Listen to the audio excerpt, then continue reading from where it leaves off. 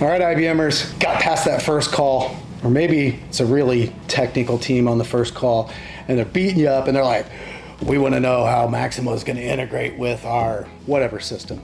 ERP most often, could be anything. ERP, there's an SAP adapter out of box, and kind of leave it at that. Tweak it to fit your needs. Otherwise, other systems, what I always say is, look, IBM has invested millions of dollars in making sure that the Maximo APIs are modern and integratable with all of your modern technologies, as well as backward compatible with the legacy stuff that we often see in the enterprise.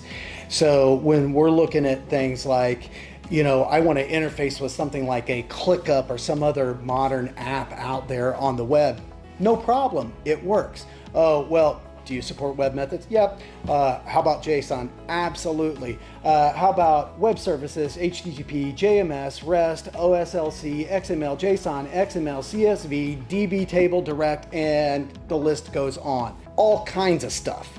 The answer is Maximo supports more integration technologies out of box than anything else in the enterprise asset management software world. It is the most robust in this.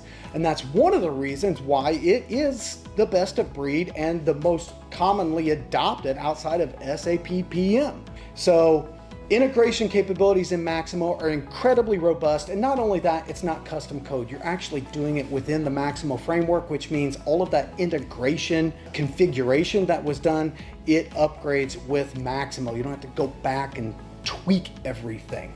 So incredibly powerful. And again, this is just to get you through those high-level questions. When they hit you out of nowhere, we're here to answer the deep ones. Again, we are your #1 partner. We're here to win deals with you. Get ready with Banetti.